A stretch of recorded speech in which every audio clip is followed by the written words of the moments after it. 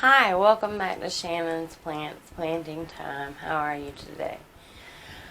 I believe that we can all come to the conclusion that the Marimo Moss Ball fiasco situation is very grave.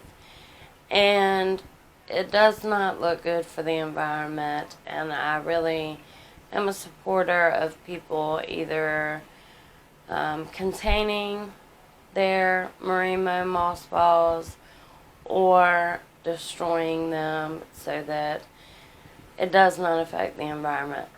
However, I want you to know that there are two houseplants that are the most common beginner houseplants for people that become extremely invasive if released into the wild.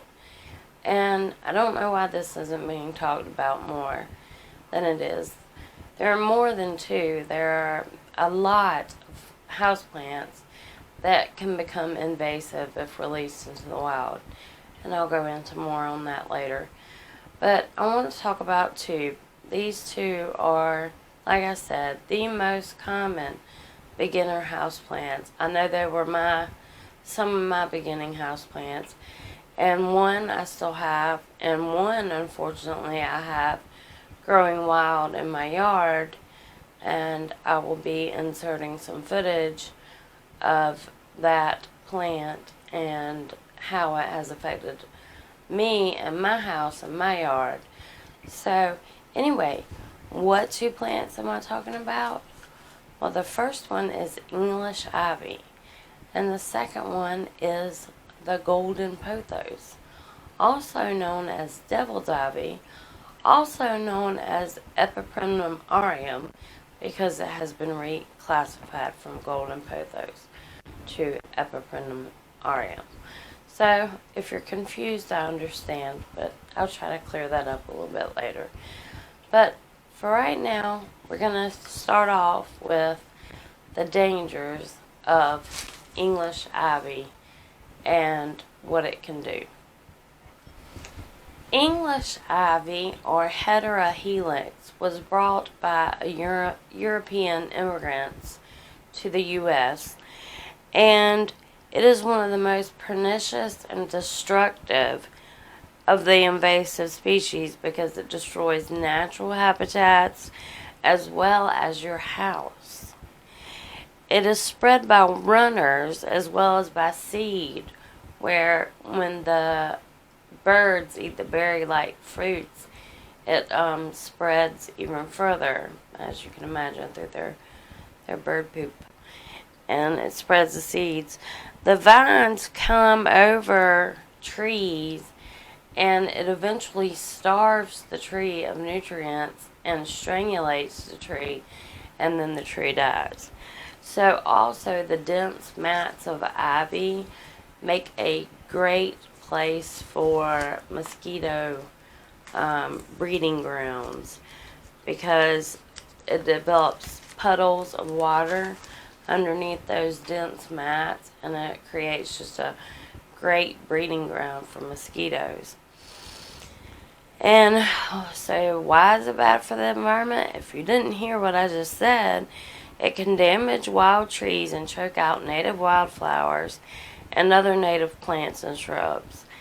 Also, the leaf litter from the English ivy is high in nitrogen, and those plants are used to a certain amount of nutrients, so it is ruining the natural nutrients in the soil that those native plants are used to, and therefore those native plants are dying because of the leaf litter. They're not used to the high nitrogen component to it. It can severely damage wood, brick, mortar, stone, concrete, and stucco. The rootlets seek out cracks or fissures in these places and attach to it to enhance their holding power. And what it does is it cracks open the fissures even further, and then if you try to pull it down, it pulls the brick, mortar, stone, stucco with it. So And then it also damages wood by the same way. It finds those fissures and it holds moisture up against that wood and causes rot. And I can show you some footage of my house where the English ivy is damaging our siding on our house, which is called T111, but it's a wood-based siding to our house. And it was all along the outside of our house to the, if you're facing the road, the right of the house.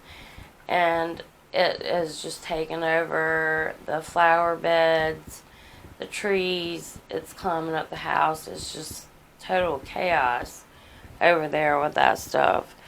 So, as far as extermination, you can exterminate it using herbicides or stem cutting. Stem cutting involves cutting all the stems on the lower part, and then the upper vines will die. And they suggest you not try to pull it off the tree because you're going to do more harm to the tree because you'll pull bark and stuff with it.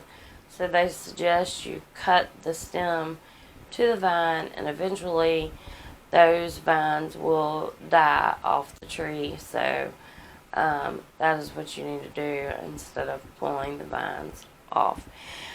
An alternative, if you want ground cover, people loved English ivy for ground cover. If you need ground cover, then there's an alternative ivy called Virginia creeper, and it is not invasive and does not choke out the trees and stuff like that.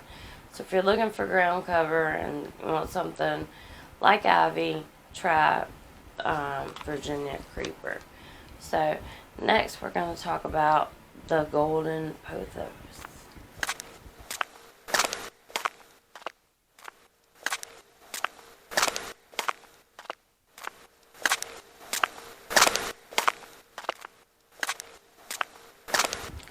The golden pothos is a common plant in most people's home. And I know I must have, I don't know, 6 or 7 plants. I'm staring at a huge basket of it right now. And it is benign if it is in your home in a container. The problem is when people get tired of it and they release it into the wild. Well, it is an extremely resistant plant to a lot of things. It is very drought tolerant. It can grow in full sun or shade. It is a perennial, and it is just extremely aggressive. It was reclassified as Epipremnum aureum, so I want to make sure you know that I do know that it is not the traditional golden pothos anymore. And I think we should all start calling it Epipremnum aureum, but most people know it as golden pothos or devil's ivy. So that's what I'm going to call it.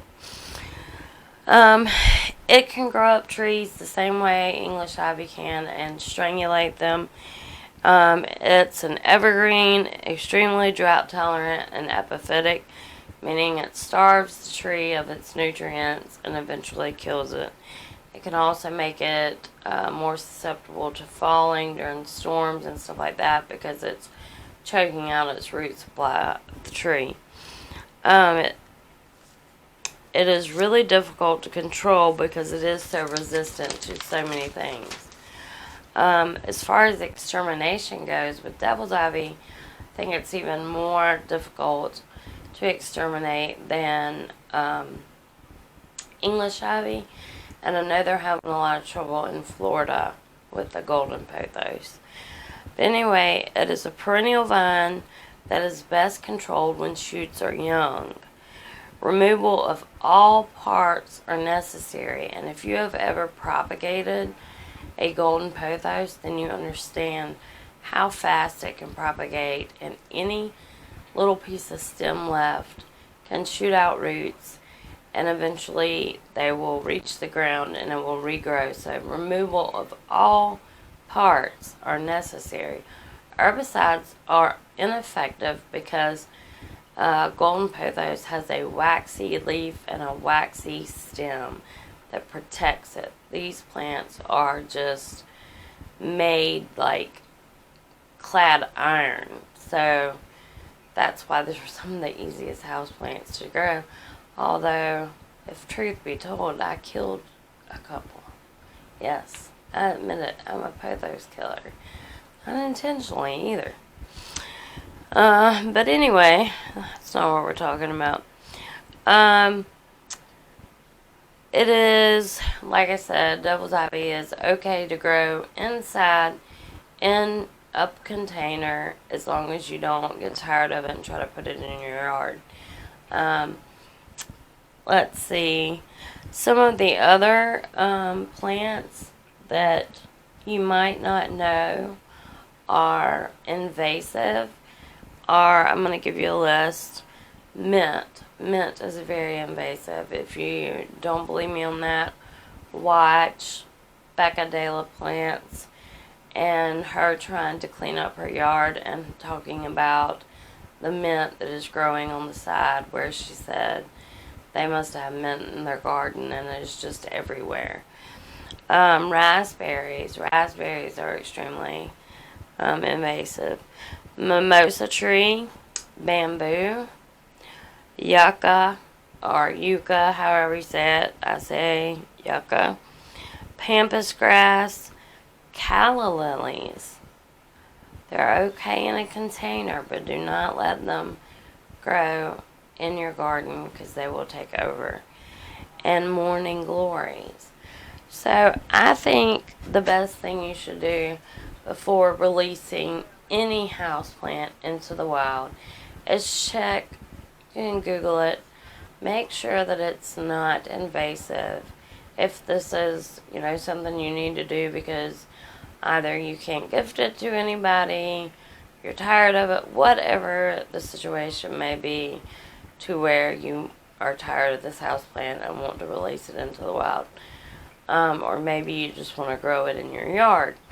Please check with the internet to make sure it is not an invasive species and that it will not take over. I mean, I know here in South Carolina we have a lot of trouble with kudzu that was released as ground shrubbery and has taken over everything. I mean, there's just miles and miles of kudzu patches in there, just completely taking over the trees and stuff like that. And that is the thing you get when you release things that are not native to an area.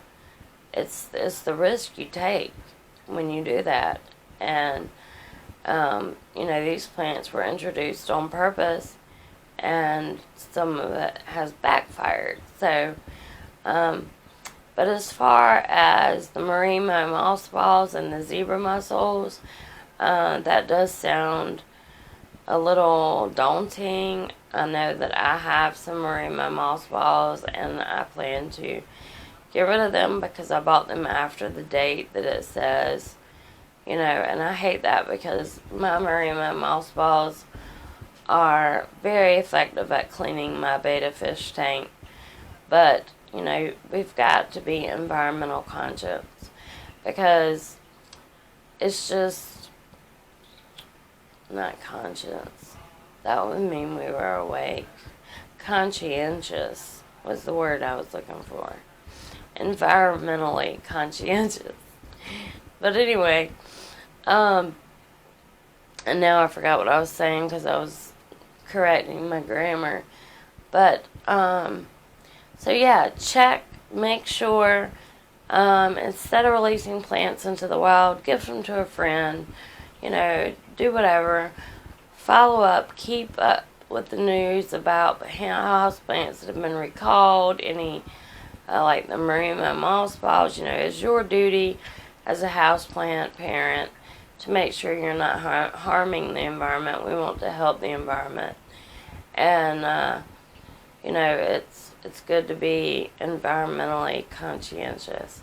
So, anyway, thanks for tuning in. I hope this video was informative, and I hope that you enjoyed it. and give me a thumbs up or a thumbs down, depending on what you think. And I hope to see you in the next houseplant video. Bye!